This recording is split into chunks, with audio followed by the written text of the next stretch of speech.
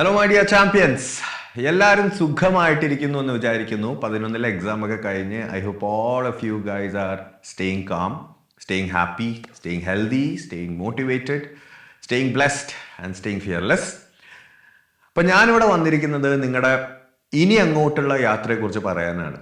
നിങ്ങൾ പലരും 11ൽ സീരിയസ് ആയിരുന്നു കാണില്ല. അതായത് എൻട്രൻസ് പ്രിപ്പറേഷൻ പെർസ്പെക്റ്റീവ് വെച്ച് നോക്കുമ്പോൾ ഒരു കോച്ചിങ്ങിൽ ജോയിൻ ചെയ്യാം, അത്രയ്ക്ക് സീരിയസ് ആയിട്ട് പിന്നീട് നമുക്ക് എടുക്കാം, അല്ലെങ്കിൽ നമുക്കിത് പറ്റുമോ എന്ന് നോക്കിയിട്ട് പിന്നീട് നമുക്ക് തീരുമാനിക്കാം എന്ന് വിചാരിക്കുന്ന കുറേ സ്റ്റുഡൻസ് ഉണ്ട്. നമുക്ക് ഡെയിലി മെസ്സേജസ് വരുന്നതാണ്, സാർ ഇനി എന്ത് ചെയ്യണം എന്നുള്ളത്. അവരൊക്കെയാണ് ഞാൻ ഈ വീഡിയോ പ്രസൻറ്റ് ചെയ്യുന്നത്. മക്കളെ, ഫസ്റ്റ് ഓഫ് ഓൾ ഞാനിപ്പോൾ ഈ സൈലത്തിൽ തുടങ്ങാൻ പോകുന്ന സൂപ്പർ കിങ്സ് ബാച്ചിനെ കുറിച്ച് പറയുന്നതിന് മുമ്പ് ഈ എൻട്രൻസ് എക്സാമിനേഷൻസ്, ഫോർ എക്സാമ്പിൾ ഇപ്പോൾ JEE എക്സാമിനേഷൻ അല്ലെങ്കിൽ നീറ്റ് എക്സാമിനേഷൻ എഴുതുന്ന സ്റ്റുഡൻസ് എവിടെയാണ് എത്തിച്ചേരാൻ പോകുന്നത്? എന്തിനാണ് ഇത്രയും കോമ്പറ്റീഷൻ? ലോകത്തിലെ തന്നെ ഏറ്റവും കോമ്പറ്റീറ്റീവ് എക്സാംസിൽ പെടുന്നതാണ് JEE എക്സാമിനേഷൻ, നീറ്റ് എക്സാമിനേഷൻ. എന്തുകൊണ്ടാണ് ഇത്ര കോമ്പറ്റീഷൻ? എവിടെയാണ് ഇവർ എത്തിച്ചേരുന്നത്?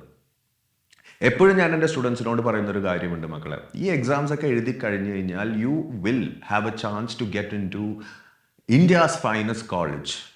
ഇന്ത്യയിലെ തന്നെ ഏറ്റവും നല്ലൊരു കോളേജിൽ എത്തിപ്പെടാനുള്ള ഒരു ചാൻസ്, അല്ലെങ്കിൽ ഒരു മാർഗം, അല്ലെങ്കിൽ ഒരു ഗേറ്റ് വേ ആണ് ഈ JEE എക്സാമിനേഷൻ, നീറ്റ് എക്സാമിനേഷൻ എന്ന് പറഞ്ഞത്.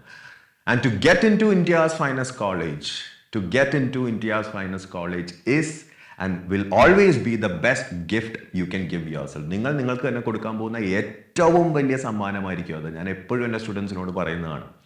അപ്പോൾ നിങ്ങൾ ചോദിക്കും, സാർ എന്തുകൊണ്ട്? ഒരു നല്ല കോളേജിൽ എത്തിപ്പെട്ട് കഴിഞ്ഞു കഴിഞ്ഞാൽ, for example let say IITs, എഞ്ചിനീയറിംഗിൽ IITs, അല്ലെങ്കിൽ ഇപ്പോൾ മെഡിസിൻ എടുക്കുകയാണെങ്കിൽ എയിംസ്, അല്ലെങ്കിൽ CMC, വെല്ലൂർ, ഇപ്പോൾ എഞ്ചിനീയറിംഗിൻ്റെ വേറെ കോളേജസ് പറയുകയാണെങ്കിൽ NITs, BITS, പിലാനി, ഇവിടെയൊക്കെ എത്തിപ്പെട്ട് കഴിഞ്ഞാൽ എന്താണ് advantage? What are the advantage? അത് നമുക്ക് ആദ്യം ഫോക്കസ് ചെയ്യാം. അപ്പോൾ നിങ്ങൾക്കൊരു ക്ലാരിറ്റി വരും, ഇതുകൊണ്ടാണ് ഞാൻ ഈ എൻട്രൻസ് എക്സാമിനേഷൻ എഴുതാൻ പോകുന്നത്. അപ്പോൾ ആ ക്ലാരിറ്റിയിലേക്ക് നമുക്ക് കിടക്കാം, മക്കളെ. What are the advantages of getting in to India's finest college or the world's finest college? ഇതിലെ ഫസ്റ്റ് അഡ്വാൻറ്റേജ് എന്ന് പറയുന്നത്, ശ്രദ്ധിച്ച് കേൾക്കണേ മക്കളെ, you will be amongst the best peer group in the country. നിങ്ങളൊരു നല്ല കോളേജിൽ എത്തിക്കഴിഞ്ഞു കഴിഞ്ഞാൽ നിങ്ങൾ ഇൻട്രാക്ട് ചെയ്യാൻ പോകുന്നത്, നിങ്ങളൊപ്പം പഠിക്കാൻ പോകുന്നത് ഇന്ത്യയിലെ തന്നെ ഏറ്റവും ബെസ്റ്റ് ബ്രെയിൻസ് ആയിരിക്കും. അതായത് ഈ ഒരു എൻട്രൻസ് എക്സാമിനേഷൻ എഴുതി കഴിഞ്ഞ് ക്ലിയർ ചെയ്ത് അവിടെ എത്താൻ പോകുന്നത് ഒബ്വിയസ്ലി നിങ്ങളെപ്പോലെ തന്നെ ചിന്താഗതിയുള്ള ഇന്ത്യയിലെ ഏറ്റവും ക്രീം ഓഫ് ദ ക്രോപ്പ് എന്നൊക്കെ പറയില്ല, ഏറ്റവും ബെസ്റ്റ് സ്റ്റുഡൻസ് ആയിരിക്കും. അപ്പോൾ അതിൻ്റെ അഡ്വാൻറ്റേജസ് എന്താ? അതിൻ്റെ അഡ്വാൻറ്റേജ് എന്ന് വെച്ചാൽ നിങ്ങളുടെ തോട്ട് പ്രോസസ്സും അത്രയും വളരും, മക്കളെ. അവരായിട്ട് ഇൻട്രാക്ട് ചെയ്യുമ്പോൾ, അവരായിട്ട് നിങ്ങൾ കൂടുതൽ ഐഡിയാസ് ഡിസ്കസ് ചെയ്യുമ്പോൾ നിങ്ങളുടെ തോട്ട് പ്രോസസ്സും അത്രയും തന്നെ ഉയരും. നിങ്ങളിത് കേട്ട് കാണുമെന്നറിയില്ല, you are the average of the people that you interact with. നിങ്ങളുടെ ചുറ്റുമുള്ള ആൾക്കാർ, നിങ്ങൾ ഇൻട്രാക്ട് ചെയ്യുന്ന ആൾക്കാരുടെ ഒരു ആവറേജ് ആണ് നിങ്ങൾ എപ്പോഴും, അങ്ങനെ കരുതുക. അപ്പം നിങ്ങളുടെ ഒപ്പം ഈ കോളേജുകളിൽ ഏറ്റവും ബെസ്റ്റ് ആൾക്കാരാണ് ഉള്ളതെങ്കിൽ നിങ്ങളുടെ ചിന്താഗതിയും അത്രയും തന്നെ വളരും.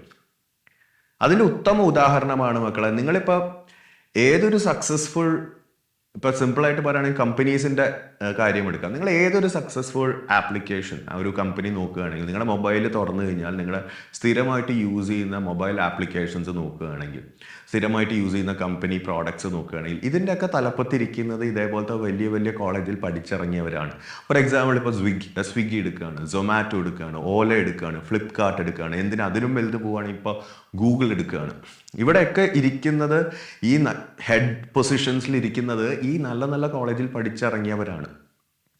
അതിൻ്റെ കാരണം എന്താണെന്ന് വെച്ച് കഴിഞ്ഞാൽ അവർ ആ കോളേജിൽ പഠിച്ചുകൊണ്ടിരുന്നത് ഏറ്റവും നല്ല ബ്രെയിൻസിൻ്റെ ഒപ്പമാണ്, ഏറ്റവും നല്ല ഐഡിയാസ് ഷെയർ ചെയ്യുന്ന ഒരു സ്ഥലമാണ്, അല്ലേ?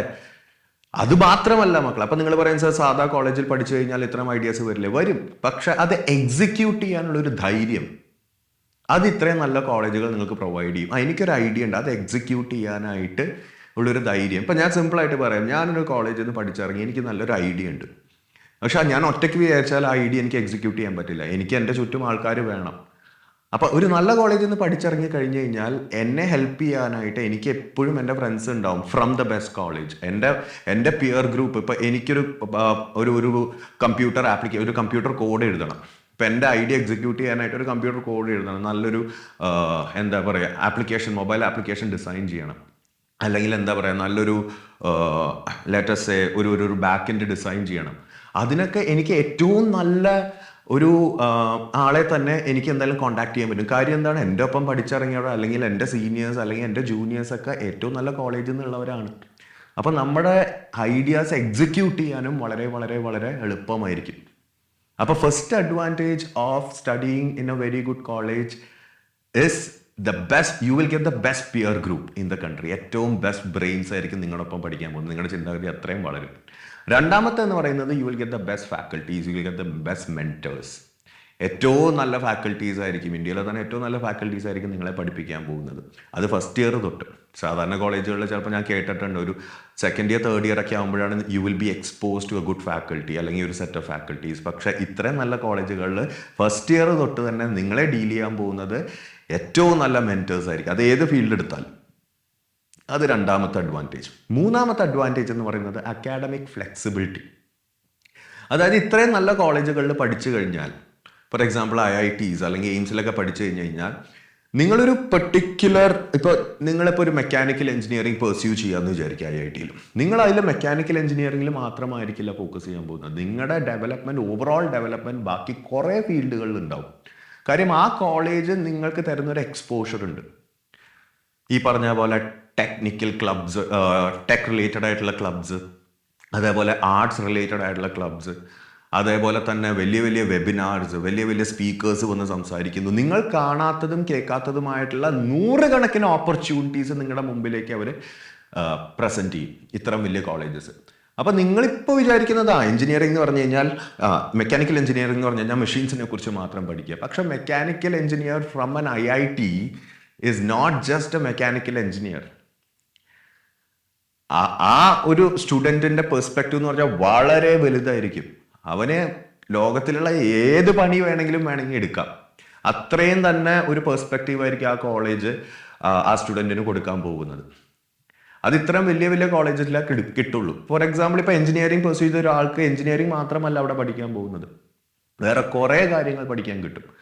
അതിപ്പോൾ ടെക് റിലേറ്റഡ് ആയിക്കോട്ടെ, ആർട്സ് റിലേറ്റഡ് ആയിക്കോട്ടെ, സ്പോർട്സ് റിലേറ്റഡ് ആയിക്കോട്ടെ, പലതും. അതുകൊണ്ടാണ് ഇപ്പോൾ ഈ വലിയ വലിയ കോളേജസിൽ നിന്ന് പഠിച്ച കുറേ പേര് എഞ്ചിനീയേഴ്സ് ആയിട്ട് മാത്രമല്ല, ഇപ്പോൾ IIT നിന്ന് പാസ് ഔട്ടായ എല്ലാവരും എഞ്ചിനീയേഴ്സ് ആയിട്ട് മാത്രമല്ല ഇപ്പോൾ വർക്ക് ചെയ്യുന്നത്. പല പല സെഗ്മെന്റിൽ സ്പ്രെഡ് ഔട്ട് ആയിട്ട് കിടക്കുന്നുണ്ട്. നിങ്ങൾ വേണമെങ്കിൽ ലിസ്റ്റ് എടുത്ത് നോക്കൂ. From let us say tech related jobs to even politicians or cinema field അല്ലെങ്കിൽ ആർട്സ് ഫീൽഡ്, ഇവിടെയൊക്കെ ഇവരുടെ കൈ എത്തുന്നുണ്ട് ഈ വലിയ വലിയ കോളേജിൽ പഠിച്ചിറങ്ങിയവരുടെ.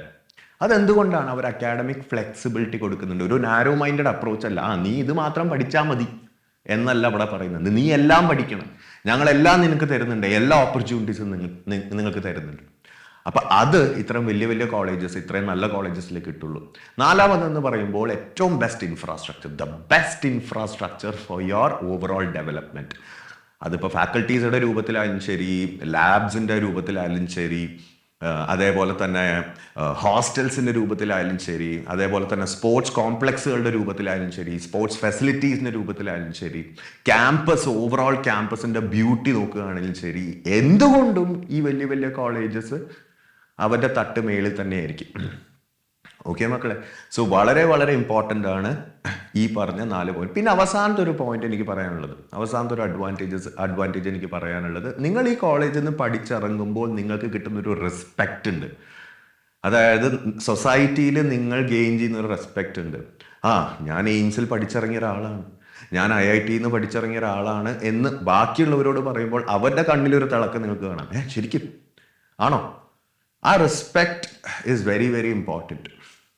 ഓക്കെ, അത് മാത്രമല്ല, നിങ്ങൾക്ക് കിട്ടാൻ പോകുന്ന ഓപ്പർച്യൂണിറ്റീസ്, നിങ്ങൾക്ക് കിട്ടാൻ പോകുന്ന കോൺഫിഡൻസ്, നിങ്ങൾക്ക് കിട്ടാൻ പോകുന്ന പെർസ്പെക്റ്റീവ്, ഈ ലോകം എന്താണ് എന്ന് കൃത്യമായിട്ട് മനസ്സിലാക്കണമെങ്കിൽ നിങ്ങൾ കുറേ കാര്യങ്ങൾ അറിഞ്ഞിരിക്കണം, അല്ലേ? അറിവ് നേടിയാലേ ലോകം എന്താണെന്ന് അറിയുള്ളൂ.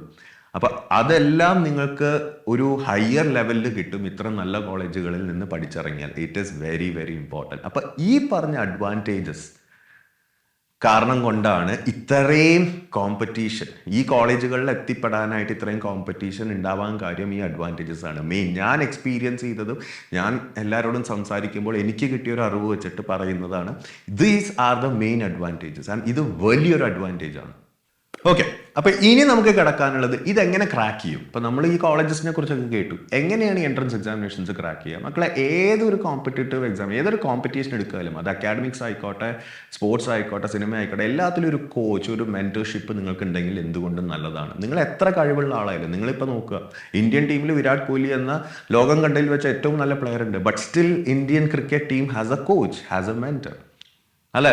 ഇപ്പൊ ഫുട്ബോൾ എടുക്കുകയാണെങ്കിൽ മെസ്സി കളിക്കുന്ന ടീമിൽ Messi is the finest player of all time, greatest of all time എന്ന് വേണമെങ്കിൽ പറയാം.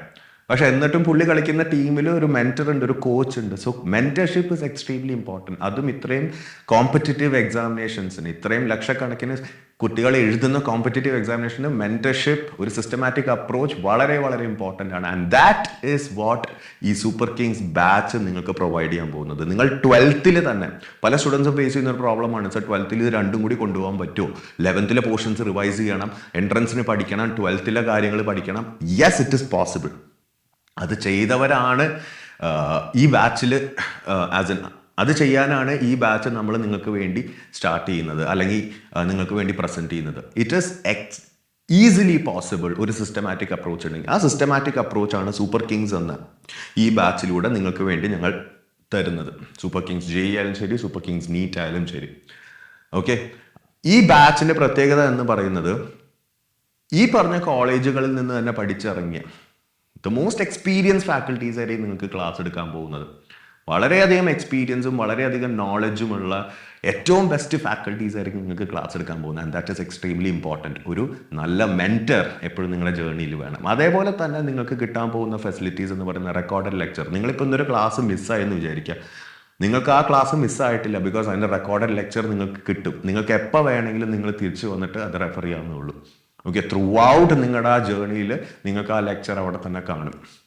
ഓക്കെ, പിന്നെ എക്സ്ട്രീംലി ക്യൂറേറ്റഡ് മെറ്റീരിയൽസ്, ഏറ്റവും best materials from the overall Indian standard നോക്കുകയാണെങ്കിൽ ഏറ്റവും ബെസ്റ്റ് മെറ്റീരിയൽസ് തന്നെ നിങ്ങൾക്ക് കിട്ടും മക്കളെ.